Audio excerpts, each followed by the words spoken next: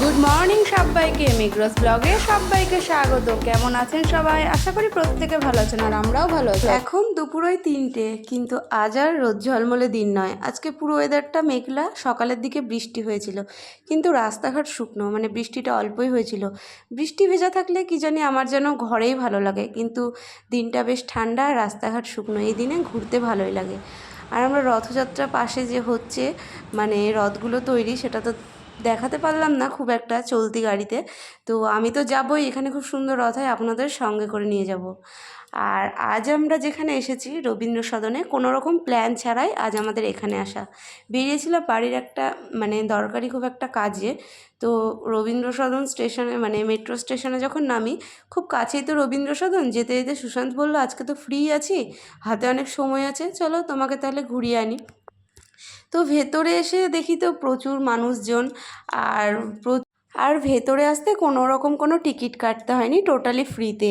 তারপর ভেতরে এসে তো দেখলাম এত সুন্দর সুন্দর ফটো ফ্রেম, মানে যারা আর কি এই ছবিগুলো এঁকেছেন প্রত্যেকের নাম দেওয়া আছে ছবির পাশে। আর সত্যিই তাদের হাতে জাদু আছে, এত সুন্দর নিখুঁত মানে ড্রয়িং করেছে তারা, না আসলে হয়তো সত্যিই জানতে পারতাম না। আর ড্রয়িংয়ের প্রতি তো আমার একটা আলাদাই নেশা আছে, আমার যখন খুব মন খারাপ হয় তখন আমি একটু ড্রয়িং নিয়ে বসি। তো সত্যি দেখি অতটাও ইজি না, তো খুব ভালো লাগলো আর কি।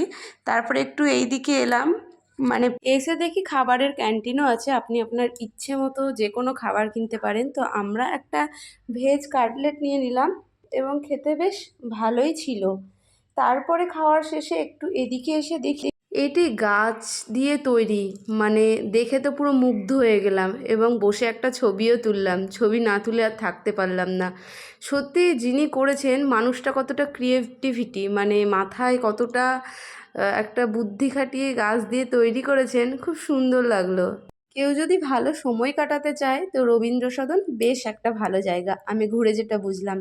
এখানে স্নিগ্ধ পরিবেশে সবাই খুব ভালোভাবে সময় কাটাতে পারবে। আর এই জায়গাটা তো কলকাতার সবাই চেনে, এবং যারা কলকাতায় থাকেন তারা তো কলকাতার এই জায়গাটা সম্পর্কে খুবই পরিচিত। আর এটি দক্ষিণ কলকাতার আচার্য জগদীশচন্দ্র বোস রোডে অবস্থিত। বাংলার নাটক এবং কলকাতার ফিল্ম ফেস্টিভ্যালের প্রধান স্থান এটা, যতটা জানি। রবীন্দ্র সদন কলকাতার একটি সাংস্কৃতিক কেন্দ্র এবং থিয়েটার। গেটের পেছন দিক দিয়ে ঢুকেছিলাম, তো ওই দিক থেকে ঘুরতে ঘুরতে এবার সামনের গেট দিয়ে বাইরে বেরিয়ে এলাম। আর রবীন্দ্র সদন মানেই শিল্পীদের হাতের ছোঁয়া এবং নানান ভাস্কর্য। ডান হাতে ভিক্টোরিয়া, তো ভাবছি ওটা ঘুরে নেব, কারণ যে কাজের জন্য এসেছি তার জন্য এখনও অনেক সময় বাকি আছে।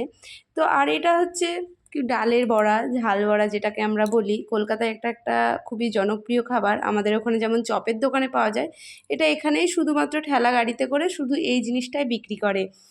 তো খেতে খেতে এবার যাই তাহলে সামনের দিকে। আজকের ব্লগটা এখানেই শেষ করছি। সবাই ভালো থাকবেন, সুস্থ থাকবেন, এবং ভিডিওটা কেমন লাগলো অবশ্যই জানাবেন। যদি ভালো লেগে থাকে তাহলে একটা লাইক কমেন্ট করে যাবেন, এবং কেমন লাগলো সেটা জানাতে একদমই কিন্তু ভুলবেন না। আজ তাহলে নেক্সট ভিডিওতে আসছে ভিক্টোরিয়ার ব্লগ। সবাই ভালো থাকবেন।